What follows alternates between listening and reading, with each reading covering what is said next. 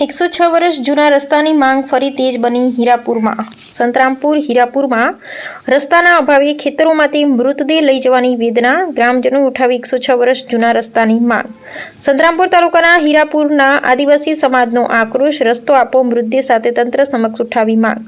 અંતિમ યાત્રા બની સંઘર્ષ યાત્રા। સંતરામપુર તાલુકાના હીરાપુરમાં રસ્તા વિના ખેતરોમાંથી મૃતદેહ લઈ જવાની ફરજ, લોકો બન્યા મજબૂર। સંતરામપુર તાલુકાના હીરાપુરમાં રસ્તાના અભાવે મૃતદેહ ખેતરોમાંથી લઈ જવાની વેદના, 106 વર્ષ જૂના માર્ગને મંજૂરી આપવા ગ્રામજનોની માંગ। મહીસાગર જિલ્લાના સંતરામપુર તાલુકાના હીરાપુર ગામે આદિવાસી સમાજના વડીલ ખાંટ દેવાભાઈ જ્યોતિભાઈનું આજે વહેલી સવારે 4 ઓગસ્ટ 2026ના રોજ અંદાજે 4 વાગ્યે હાર્ટ એટેકના કારણે દુઃખદ અવસાન થયું હતું। તેમના પરિવારમાં આશરે 10 સભ્યો છે। તેમના નિધનથી સમગ્ર ગામમાં શોકનું વાતાવરણ છવાઈ ગયું છે।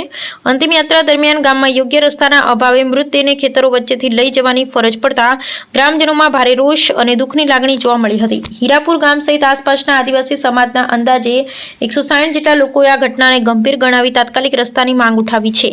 ગ્રામજનોના જણાવ્યા મુજબ આશરે 106 વર્ષથી પુરાણો શેરી હીરી તરીકે ઓળખાતો પરંપરાગત માર્ગ અસ્તિત્વમાં હતો। પૂર્વજો દ્વારા ઉપયોગમાં લેવાતા માર્ગને ફરીથી વિકસાવી પ્રધાનમંત્રી ગ્રામ સડક યોજના હેઠળ પાકો અને પહોળો રસ્તો બનાવવાની માંગ લાંબા સમયથી કરવામાં આવી રહી છે।